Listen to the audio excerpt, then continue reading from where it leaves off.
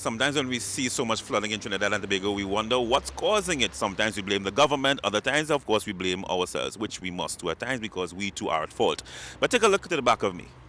Take a look. No, it's not a landfill. But people have made one of our many water courses in Trinidad and Tobago a landfill. That's what it looks like to me. Because no water can pass there. And that is what is happening right here in the Barataria area and environs. This is Meet the Councillor right here on Cloud 9, where we speak to the new councillor for the area, Ms. Sharon, Maraj-Dharam, and residents as they speak about what they've been, well, had to endure rather, for, well, in one case, over 20 years. Take a look. It's sweet, eh?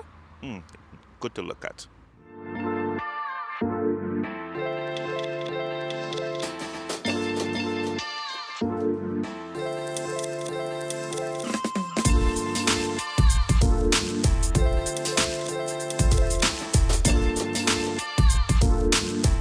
All right, so we are in the Barataria area today, and we're speaking to Mr. Simon. How are you, sir? I'm fine, thanks. All right, then tell us Glad to see you all. Glad to see you. We glad to be here too. Yeah. Right. So tell us how this particular waterway, this water course, how has it affected you over the years? When overflow, here be like a river. How bad? How bad? That door, you see behind my back, water be. You pass it. All you see inside there. But you have mud inside there of that shame. This fencing break down to the water. How long this fencing hasn't broken down? This fence up 1 year as well, you know. Yes. I can't say how long because I wasn't here that length that time. Okay. But this fencing was the fencing they had up and to the water. When you see that across there, too sad. So let me ask you a question. Over the years, in terms of reaching out to the various officials, the corporation, the councillor, what has been happening before? She tired each other them. Only promising. All she reach. Yeah, go ahead. Yeah, the only promising her. And you hold on about here. So when the river overflowed, that's caused the problem here. Water has been gushing inside here, breaking down inside here. So are you expecting to see a change now with the new councillor in the area? Well, boy, in my life, I will look for change, you know. Councillors come, councillors go. They give you a good word. But when you're out here, you have plenty mouth. But when you're inside there, you have a different mouth. But that time, you're not for yourself. You have other people on your back. You're willing to do it, but there are others on your back. Well, when water flood, it's 5 feet of water coming in the whole place. Everything sailing. 5 feet, I can't even come downstairs, water reaching. How many years have you all been encountering? I live in here over 20 years, and this has been happening since. How bad is the mosquito infestation? It's bad because mosquito biting. I put mosquito repellent on my skin and cock set. Have you ever had any stuff? Because I know in some areas you have like caiman or caiman coming up and snakes and stuff. You ever had that? No. Okay. Well, the amount of cats I have, they're killing all the... they're getting rid of all the snakes. Well, bless God for that. I had to pay somebody $300 to put a drain for the water to pass up because it's 3 feet of water I get in the back of me. And where it have the bar, they have the canal, it can't pass because it's blocking from here, going right down to the mouth. And nobody doing anything about it. When rain fall, I in trouble. And the rainy season is about to be here. So the water is choking, it cannot pass. And I get in 5 foot of water inside my yard through that. A few months ago, there was a heavy downpour whereby the major river there by Mova, it basically burst its banks. And the flow of water was so heavy within seconds, it literally covered the bus route area by Mova Junction, Casey, all the way to Maritime. Now that river water is also coming in here. And you're going to see that there isn't anywhere for water to run off in this drain. Nowhere. Well, this is supposed to be a water course. This is supposed to be an area where water is supposed to flow back out to the sea. I am looking to see where earth ends and drain begins, because there's nowhere, literally nowhere for the water to flow. So what happens? The water backs up quickly and into these homes that you're going to see behind, well, to the front of me. And this is where Ms. Charles and others, they've been affected, as you would have heard, for about 20 years now. All right, so now we're talking to Mr. Smith, also from the Barataria area, and thank you for talking to us this morning. I didn't know you're living next to a landfill. I thought, I thought this was supposed to be a water course, but I was clearly mistaken. How long have you been living here now? 5 years. And how has that last 5 years been for you, when, particularly during the rainy season? Well, we got flooded out once, like really bad, and How bad is bad? like water in the house, shin height, and we lose a lot of stuff, a lot of clothes, electrical items and stuff. And then sometimes when the rain fall, it floods, but not every time it will come inside. But it will fill up in the yard and everything, so it is scary, because it's something that you never know what to expect with heavy rain. Over the last 5 years, I mean, Ms. Maraj, she's now in the hot seat, as they say. But what has the response been by the corporation and the councils of past year? What have they been saying? What have they been clearly? And it's not knocking, but I'm looking at this year and nothing really has been done, at least from what I'm seeing. Well, as I say, nothing has been done. We tried. Some people came and follow up after the incident happened, but after that we've tried to follow up and nothing has been done. No feedback after that. So Any promise in terms of the actual drainage and dredging and actually making box drainage in this particular area? yeah, but nothing. All right, okay. Thanks a lot. Thank you. All right, so we're here with Mr. Dana Alibokas, also resident of Barataria, who've been affected by the constant flooding, particularly during the rainy season. Thank you for accommodating us this morning. So tell us now, we noticed as well that there's some work going on here that clearly is incomplete. Tell us about what's happening here. That's what happened. They came and they started it. And we explained to them that that wind went in the back. They never continued to the back to flow out, to go to connect to the other river. Right. Yes. The whole side out here is supposed to have a drain. And it full up.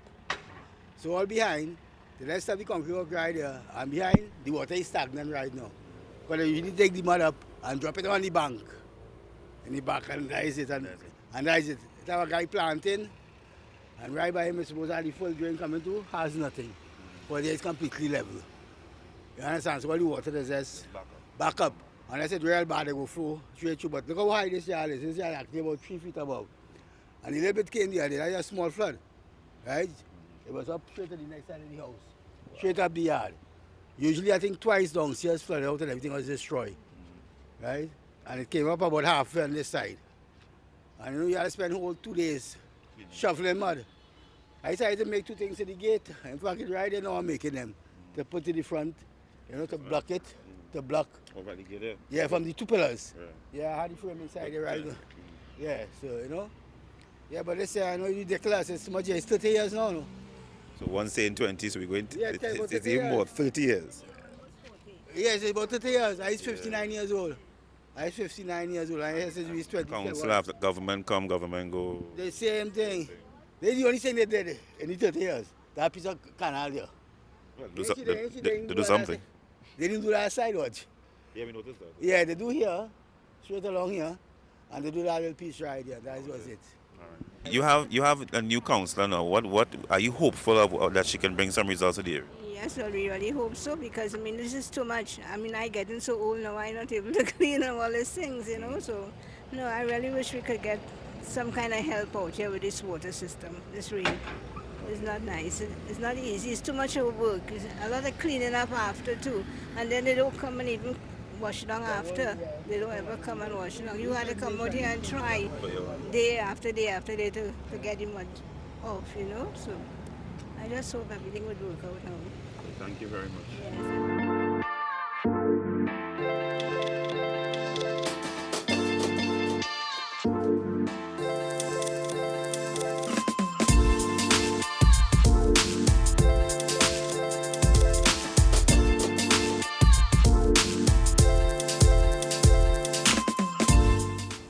All right, so we're here with Miss Marina Charles Daisu. We're on 8th Street 3rd Avenue? 8th Avenue. 8th Avenue, 3rd Street. 3rd Street in Barataria. And her issue is not flooding, but she has been flooded with some other issues for the past 11 years and 5 months to be exact. Right. Thank you for allowing us to come into your home. Okay. You are living opposite Yep. body shop, as the case may be. Yeah. And this has been the thorn in your flesh, more or less, Yes. for the Yeah. past 11 years. Yeah.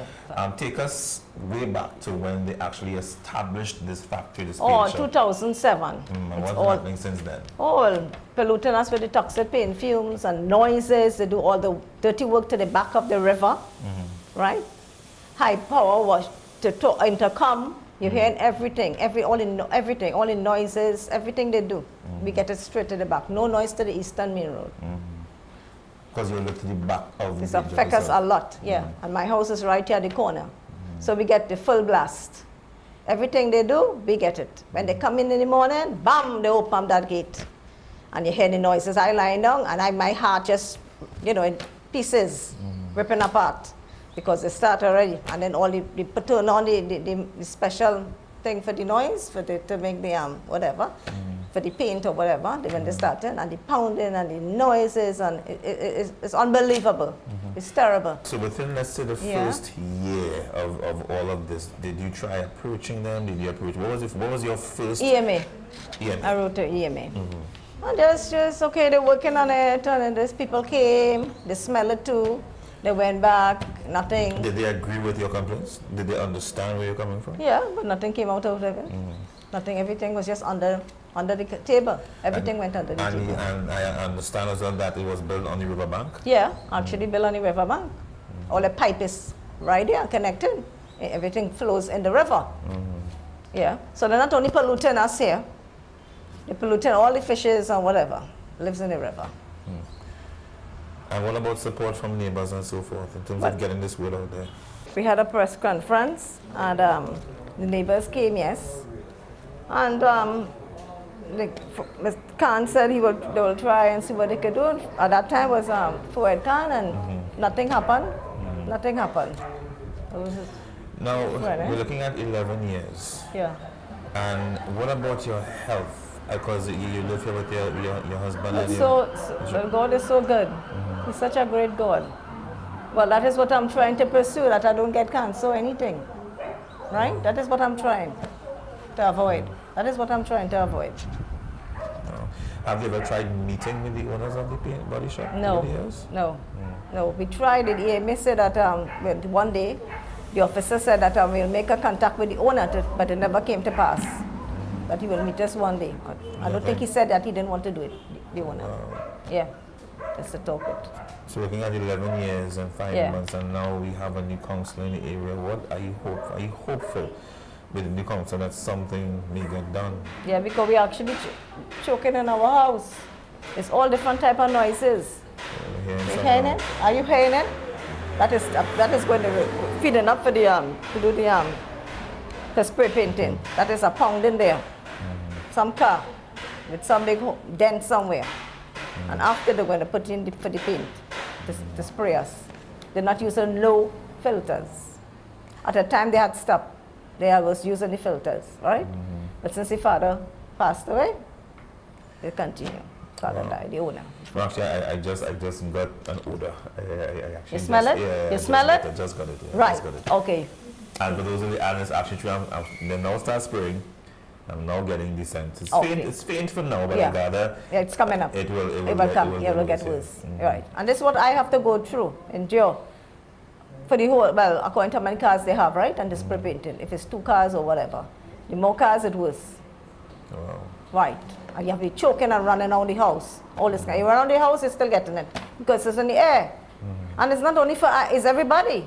It's not I alone, it's everybody in the, in the area. And, it's harmful. And the thing is, we're seeing examples of where other establishments like this one have been closed down. So the question is, why is this particular one? Right, exactly. And not so much closed down, because not to put anyone out of business, but it's to relocate. And you find throughout Trinidad and Tobago, we have many what you call industrial type businesses literally situated in the heart of communities. And if you put anything in the heart that's not supposed to be there, Yeah. like the body, it Yeah. will die. Right. Because there's some things the heart just cannot take. Right. And this is what's happening here. It's Yeah. placed in the heart of Barataria. Yeah. And the heart is going to stop pumping and stop Yeah. beating at some point. Okay. So it's not to shut them down, but it's to relocate, you know? Because even when we had the press conference in 2010, Dr. Khan said that. He said, after a few years, 10, 15 years, people are going to start getting sick in the area. It's going to start developing, you know, but nothing came out of this. I tried every possible thing. I went to everybody. The last person I went to is Minister Hossain. I spoke with him on the phone, and he sent this for the... That's Mr. Right. Kazim, Yes, this is the first. Hussein. Yes, this is the last one.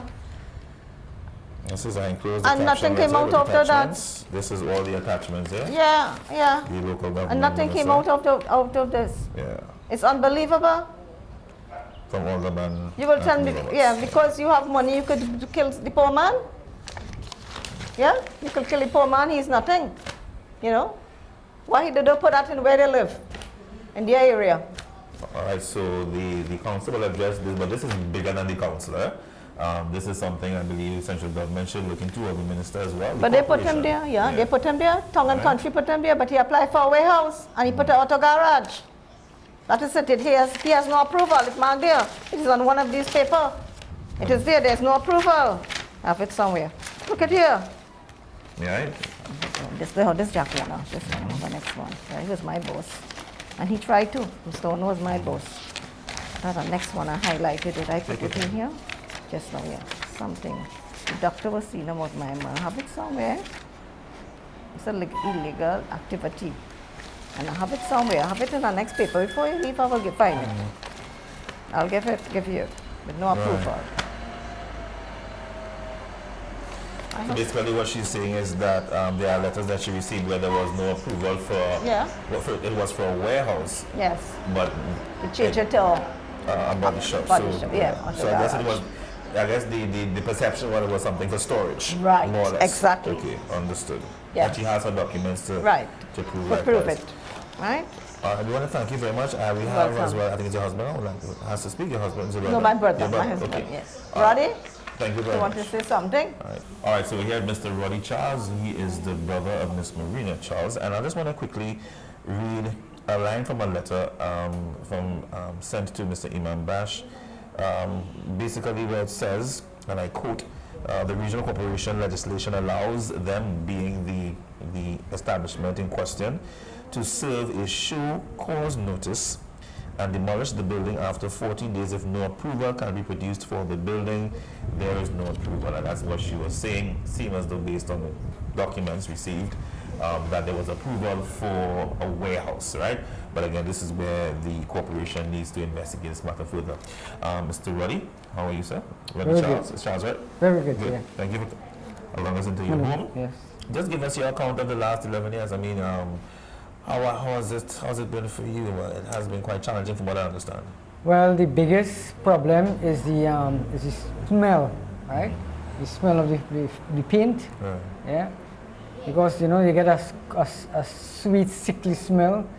Sometimes you pass small auto paint garages and you don't even smell anything, right? And they don't want to use filters because apparently they want to get as much profit as possible. They refuse to use that. And what I could say is just greed and selfishness. They only care about themselves. They don't care about anybody. And I think it's the onus on the owner of the establishment. Again, this is in no means to demonize anyone. But I think what should happen here right now is some level of consultation. That is my take on it. Consultation between the residents and yourself. That is my call. Sit down and find out from the residents what they're requesting. It's been 11 years. You all have come like neighbors, if you want to call it that. So there's supposed to be some sort of neighborly love and understanding. If the factory is to remain in the Barataria area in the middle of these houses and these families. So I am calling for the owner to have some consultation with the residents find out their concerns, meet them halfway, so you know you don't have a situation, because the last thing you want is somebody, as you rightly said, dying, getting sick badly, and then now everybody now wants to be all up, you know, in their emotions, and they want that's not what we want, right? So again, what are you calling for? What are you hopeful for to all of this? What do you hope for from the council and all of that? Well, I'm hoping that they would, if they could use the filters and do the proper thing, so nobody in the community would smell the fumes, and also remember the fumes also producing poisons, right? And it's a long-term effect. Doesn't kill overnight. Right. Doesn't cause damage overnight. Mr. Khan made the point within 15 years and 11 years gone already, so you know what's happening. Yeah. All right, thank you very much. Okay, appreciate it. Thank you. We are on Don Miguel Road, and the residents here are asking for humps on the road. Because if you look in the back of me, you would see where the cars, because of the speed, just run into the wall. So there are no humps on this street. So besides here, a little further up also, they want humps. All right, so I'm here with Mr. Nari Singh, and this street is the St. Dale Street. St. Dale. So I'm wondering if a Koki contractor built this, right? I'm trying to figure it out, because I don't understand how it began there. That's off Don Miguel Road there. And something just did not happen after that. I'm telling the man, I said about this road, you'll have to follow up your road here first. And again, so, he said the road can't fix it. How the road can't fix? Tell us how long this has been going on for now? Man, about 10 years here, more years here. 10 years? Yeah, since I know myself. The same way, and it didn't get better. So let's take it from when it began. So they started to build a box drain clearly higher up, because the adrenaline network must be like a grid. Right. But for some reason, it stopped here. What happened? What did they say? What was the reason? Well, I think some of them say they want no bridge. You know, they make a bridge sooner. Some say they want this, some want this, they want that. Who's saying that? My brother, someone saying they want to. So other residents? Yeah, they want to think here. But it's bad rainfall, long time rainfall, water going right up by me there. Yeah, you know what? Long time rainfall, water going right up by me there. But no sense of fixing it, water stay there and it's settling here. And it ain't fixing bad. Here need raising. Raise here, so they get in and the water is flowing in which direction? It's flowing back that way or this way? How do you want? Go back here, they go back there. Because there's higher. Yeah, right, see? So here need to raise. You have to raise here, right? And get still and stand still. But and if you realize as well, the water coming up from the houses, so everything is just settling in the center. Right. This is outside of the water coming from the main road. You see exactly what you need. And then maybe it's smelling. You see it? Rainfall, all here. Water, all here, water here. And a whole in a mess. All right. Thank you. Thank you.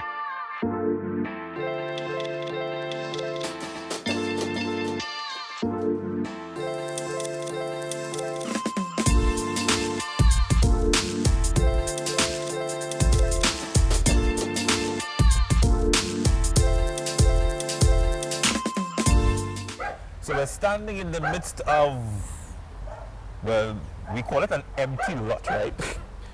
It ain't that empty. This is what you call a breeding ground of neglect, right? And where there's neglect, nothing good could come out of that. So as I say, when mosquitoes breed, they breed by the thousands and the millions. Well, if this is neglect, and it is, then what exactly are we breeding?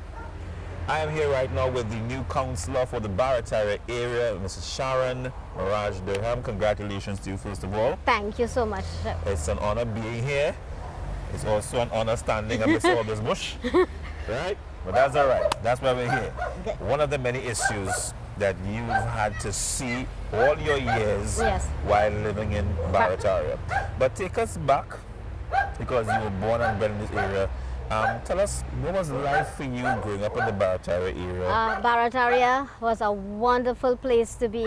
As a child growing up, we would come out on the streets and we would play cricket and we would have our friends come over. And I remember as a child growing up, we could leave our doors open too. No, you can't. Everybody has burglar proof. You don't even see children on the road. The place was a nice family. It was not neighbors, it was family. Everybody was a family member. It was a community. Now it's not like that. Now everybody has to lock their doors. Everybody living in their own little prison. in their own little prison. Right. Exactly. Exactly.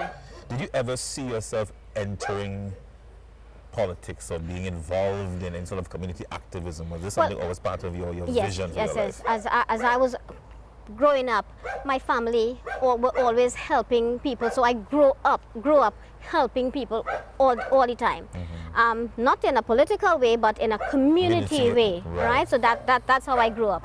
And my aunt was involved in the temple. My father was a taxi driver, plus he worked on the port, and he was always they were always helpful to anybody that needed help. And like I said, growing up, we all live as a community. Somebody needed something done, everybody get together and we get it done. It was not about finances and things like that. It was coming together to get things done. So I grew up in that way, and I continued in that way.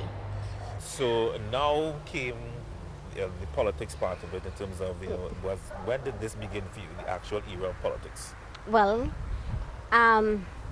the first election I ever voted in was when the Naro got into power, right? So since that time to now, I have always been in politics, in the sense that I've always been an activist on the ground, and I've always been like a polling agent, a data collector, influencing people of why they should vote and what is the importance of an election and things like that.